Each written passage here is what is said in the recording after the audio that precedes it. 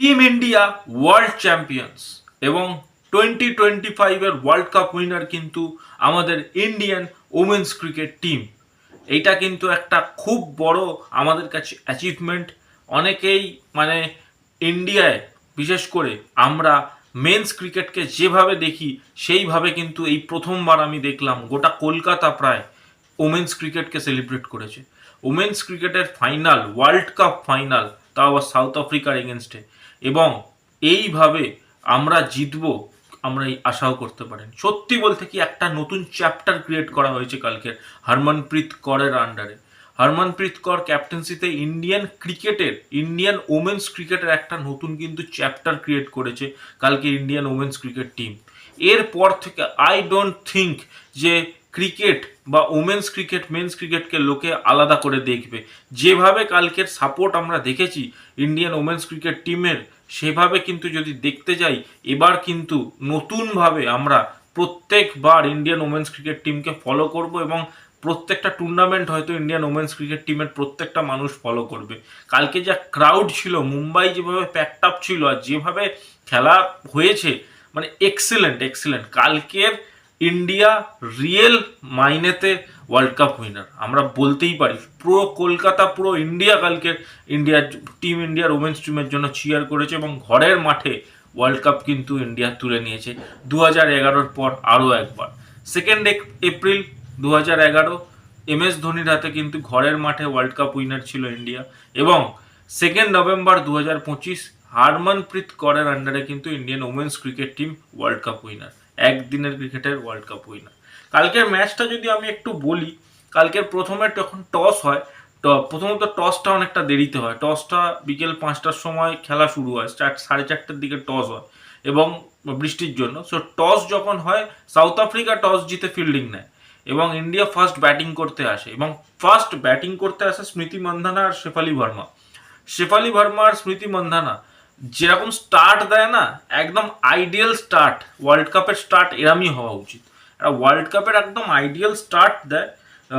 স্মৃতি মান্ধানা তো 58 বলে 45 রানস করে আউট হয়ে যায়, বাট শেফালি ভার্মা কন্টিনিউ করে, 78 বলে 87 রান করে। এবং শেফালি ভার্মা কালকে দুর্দান্ত, এক কথায় দুর্দান্ত। কালকে শেফালি ভার্মা মানে 2011-র যুবরাজ লেভেলের পারফরমেন্স দিয়ে দিয়েছে কালকে।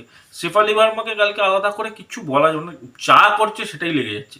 কালকে শেফালি ভার্মা দুর্দান্ত ব্যাটিং করছে। একটা মানে সেঞ্চুরি মানে হয়ে গেছিল সেঞ্চুরিটা, সেটা মিস করেছে। জেমিনি রড্রিগাস 37 বলে 24 রান করে, এবং হয়তো এটা তার জন্য মানে একটা খারাপ ম্যাচই প্রমাণ হয়েছে, কারণ সে যে লেভেলে মানে তার নিজের লেভেলটা বাড়িয়ে দিয়েছিল অস্ট্রেলিয়ার ম্যাচের এগেনস্টে, তার থেকে কিন্তু আমরা অনেক বেশি এক্সপেক্ট করেছিলাম। বাট সামহাও কালকের আর সেইভাবে সে পারফরমেন্স করতে পারেনি। 37 বলে 24 রান করে। হরমনপ্রীত করেরও সেরকম পারফরমেন্স পায়নি, 29 বলে মাত্র 20 রান করে। কিন্তু দীক্ষা শর্মা 58 বলে 58 রানস, যদিও রান আউট হয়, বাট 100 স্ট্রাইক রেটে খেলা দীপ্তি শর্মা 58 বলে 58 রানস, যার 3টে 4 একটা 6 এবং 100 স্ট্রাইক রেটে খেলেছে। আমি দীপ্তি শর্মার ব্যাপারটা পরে আসবো, বাট দীপ্তি শর্মা ব্যাটিংয়ে যা কন্ট্রিবিউট করেছে কালকে, নইলে এই রানটা ইন্ডিয়া যে রানটা করেছে টোটাল 290। হরমনজোত কর সেও কিন্তু 14 বলে 12 রান করে, এবং রিচা ঘোষ, আমাদের যারা কলকাতার মানুষ আছে না, তাদের গর্ব হওয়া উচিত। প্রথম বাঙালি বিশ্বকাপ জয়ী প্লেয়ার কে যদি প্রশ্ন করা হয়, তাহলে সেটা কিন্তু রিচা ঘোষ। অন্য কোনো নাম কিন্তু মাথায় আনলে চলবে না, সেটা হচ্ছে রিচা ঘোষ। এটা কিন্তু বাঙালিদের একটা মানে আবেগের জায়গা। রিচা ঘোষ কালকে তৈরি করেছে। রিচা ঘোষ একটা খুব ক্রুশিয়াল একটা ইনিংস খেলে এবং প্রপার স্ট্রাইক রেটে খেলে। 24 বলে 34 রান, 141-এর স্ট্রাইক রেট, 3টে 4 2টো 6। যদিও সে আউট হয়ে যায়, বাট তার ইনিংসটা কিন্তু যথেষ্ট ইম্প্যাক্টফুল ইনিংস ছিল। এবং দীপ্তি শর্মা আর রিচা ঘোষের লাস্টে কম্বাইন্ড পারফরমেন্সে ইন্ডিয়া 298 রানস করে 7 উইকেটের লোকসানে। কিন্তু এই রানটা অনায়াসে 322 হতে পারত, 322-330 হতে পারত, কারণ এই স্মৃতি মান্ধানা এবং শেফালি ভার্মা যেরকম স্টার্টটা দিয়েছিল না কালকে, ওয়ার্ল্ড কাপ একটা ম্যাচে যেরকম স্টার্ট দিয়েছিল না তারা দুজন, দেখবার মতো। কিন্তু সেই জায়গায় স্টার্টটা সেভাবে কনভার্ট হয় না, যদিও দীপ্তি শর্মার অসাধারণ এবং রিচা ঘোষের পারফরমেন্সের দৌলতে ইন্ডিয়া 298 রানস অব্দি পৌঁছে যায়। সাউথ আফ্রিকান টিম ব্যাটিং করতে নামে এবং সাউথ আফ্রিকান টিমকে কিন্তু কন্টিনিউয়াসলি উইকেট তাদের পড়তে থাকে। প্রথম রান আউট হয় আমানজোত কর, রান আউট করে, তারপরে কিন্তু চারানির বলে বস শেফালি ভার্মা দুর্দান্ত বোলিং করে এস লুসকে আউট করে, 31 বলে 25 রান করে। ক্যাপ কন্টিনিউয়াসলি উইকেট পড়তে থাকে এবং জাফতা যে উইকেট কিপার ছিল তাদের 29 বলে 16 রান করে, সেও দীপ্তি শর্মার শিকার হয়। কিন্তু সাউথ আফ্রিকান টিমের ক্যাপ্টেন উলভার্ট বলে যে প্লেয়ারটা ছিল, উলভার্ট মানে আমি যে লরা উলভার্ট বলে এরকম একটা কিছু প্লেয়ার, আমার ঠিক প্রোনাউন্সিয়েশন ঠিক হচ্ছে কিনা আমি জানি না, বাট কালকে তো ভাই মানে আমরা খেলা দেখতে দেখতে, অন্তত আমি তো খেলা দেখতে দেখতে ভাবছিলাম যে এর মধ্যে মনে হয় ট্রাভিস হেডের আত্মাটা ঢুকেই গেছে, ট্রাভিস হেডের হয়তো আত্মাটা ঢুকে গেছে, মনে হয় সব কিছু শেষ করেই ছাড়বে। বাট সে একা লড়াই করেই যাচ্ছে কন্টিনিউয়াসলি। এবং যখন ডার্কসানের সাথে তার পার্টনারশিপটা হচ্ছিল, আমরা রীতিমতো টেনশনে পড়ে গেছিলাম। সে সেঞ্চুরিও কমপ্লিট করে ফেলে এবং ডার্কসানও 37 বলে 35 রান করে, যদিও তখন রান আর বলের মার্জিনটা অনেকটা হয়ে গেছিল, কিন্তু তাও আমরা টেনশন করছিলাম, কারণ লরা উলভার্টকে দেখে মনেই হচ্ছিল না সে মানে আউট হতে পারে, এমনভাবেই সে খেলছিল। যদিও স্ট্রাইক সে খুব কম পাচ্ছিল, এটাও একটা দেখবার বিষয়, স্ট্রাইকটা তার কাছে খুব কম আসছিল, বাট তাও কিন্তু যেটুকু পাচ্ছিল সেটুকুতে সে ভালো খেলেছে। 98 বলে 101 রান করে, সেমিফাইনাল ফাইনাল দুটোতেই তার সেঞ্চুরি। এবং দীপ্তি শর্মা লাস্ট ফিনিশিং তাকে আউট করে এবং ডাকসনকেও কিন্তু দীপ্তি শর্মাই আউট করে। তারপরে যে অলরাউন্ডার নেমেছিল ট্রায়ন, তাকেও দীপ্তি শর্মাই আউট করে। এবং ডি ক্লার্ক বলে যে প্লেয়ারটা ছিল, যে কিনা গ্রুপ স্টেজে ইন্ডিয়াকে হারিয়ে দিয়েছিল তার বিধ্বংসী ইনিংসে, তাকেও দীপ্তি শর্মাই আউট করে। এবং খাকা বলে যে প্লেয়ারটা, রান আউটটাও দীপ্তি শর্মাই করে। এবং দীপ্তি শর্মা কালকে একাই 9 ওভার 3 বলে 39 রান দিয়ে 5 উইকেট নেয়। আমি কি বলবো, মানে বলার নেই। এখন রেকর্ড দীপ্তি শর্মার জন্য হয়ে গেল, কিন্তু ফাইনাল ম্যাচে ম্যান অফ দ্য ম্যাচ হওয়ার রেকর্ড সবাই কিন্তু এটা পায় না।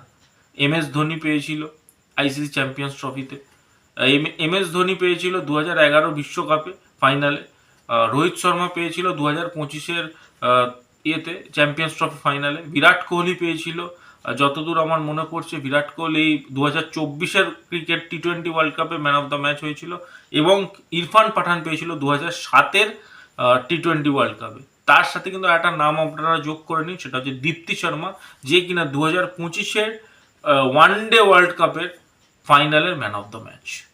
অনেক বড় অ্যাচিভমেন্ট।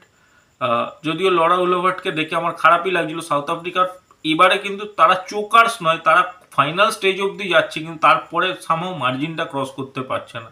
সো সাউথ আফ্রিকার জন্য খারাপ লাগছিল, বাট ইন্ডিয়ার জন্য সেলিব্রেট করার জন্য অনেক কিছু ছিল। এই ওমেন্স ক্রিকেট ওয়ার্ল্ড কাপটা নট অনলি একটা ওয়ার্ল্ড কাপ, মানে একটা কাপ তো ইন্ডিয়া জিতেছে, আনন্দ তো হবেই, বাট এটা কিন্তু একটা নতুন চ্যাপ্টার। আমি কিন্তু আমার ভিডিওতে বারবার বলছি, এই জিনিসটা কিন্তু একটা নতুন চ্যাপ্টার ক্রিয়েট করে দিল হরমনপ্রীত করের আন্ডারের এই মেয়েরা। কারণ ওমেন্স ক্রিকেটকে যেভাবে দেখা হতো ইন্ডিয়ায়, তার পার্সপেক্টিভটাই পুরো চেঞ্জ করে দিয়েছে কালকের ম্যাচটা এবং অস্ট্রেলিয়ার বিরুদ্ধে যে ম্যাচটা হয়েছিল এবং এই ওয়ার্ল্ড কাপ ক্যাম্পেনটা, পুরো পার্সপেক্টিভ চেঞ্জ হয়ে গেছে। আপনারা বিশ্বাস করবেন না, গোটা ভারতবর্ষ কালকে খেলা দেখেছে, হটস্টারের ভিউয়ারশিপ তার প্রমাণ। এবং আর তার থেকেও বড় কথা, কালকের একমাত্র আমি দেখলাম এই ম্যাচের উন্মাদনাটা এমন লেভেলের ছিল যে রাস্তাঘাটে রীতিমতো সকলের হাতে হটস্টার চলছিল এবং সবাই খেলা দেখছিল। সো বিশ্বাস করুন আপনারা, এই ওয়ার্ল্ড কাপটা অনেক কিছু কিন্তু মিন করে। এবার হয়তো ইন্ডিয়ায় ওয়ার্ল্ড কাপের এই যে ভিউয়ারশিপ, এটার জন্য এই মেয়েদের ক্রিকেটে, উমেন্স ক্রিকেটের আলাদা করে ব্রডকাস্টিং করা হবে, আলাদা করে সব সিরিজ দেখানো হবে, আর এটা হওয়া উচিত। কোনো রকমভাবে তারা কিন্তু কোনো রকম খারাপ প্লেয়ার নয়, তাদেরকেও ইকুয়ালি রেসপেক্ট দেওয়া উচিত যেরকম মেন্স ক্রিকেটকে দেওয়া হয় আমি মনে করি, কারণ তারা বিশ্বকাপ চ্যাম্পিয়ন। রোহিত শর্মার একটা ফটো দেখছিলাম কালকে, মানে রোহিত শর্মা তো গ্রাউন্ডেই ছিল, ওয়ার্ল্ড কাপ জেতার পরে তার রিয়াকশনটা দেখছিলাম। আমারও মনে হচ্ছিল সামাও যে 2023টা যদি পেয়ে যেতাম না, সব 16 গলা পূর্ণ হয়ে যেত, সব কিছু ইন্ডিয়ান ক্রিকেটার ভালো যাচ্ছে, শুধু 2023-এর ওয়ার্ল্ড কাপটা ছাড়া। আশা রাখবো রোহিত শর্মা 2027-এর ওয়ার্ল্ড কাপটা হাতে তুলবে, এটা আমাদের এক্সপেকটেশন থাকবে। সো ওমেন্স ক্রিকেট টিমকে অনেক অনেক শুভেচ্ছা এবং অনেক অনেক অভিনন্দন। তারা আমাদের ভারত দেশকে আর একটা নতুন ওয়ার্ল্ড কাপ দিল বলে। আপনাদের ভিডিওটা কেমন লাগলো ডেফিনেটলি কমেন্ট করে জানান। ওয়ার্ল্ড কাপ নিয়ে কি মতামত সেটাও কমেন্ট করে জানান, এবং ভালো লাগলে ভিডিওটা শেয়ার করে দিন, লাইক করে দিন, আর চ্যানেলে নতুন হয়ে থাকলে চ্যানেলটাকে সাবস্ক্রাইব করে দিন। এই বলে ভিডিওটা শেষ করছি। ধন্যবাদ।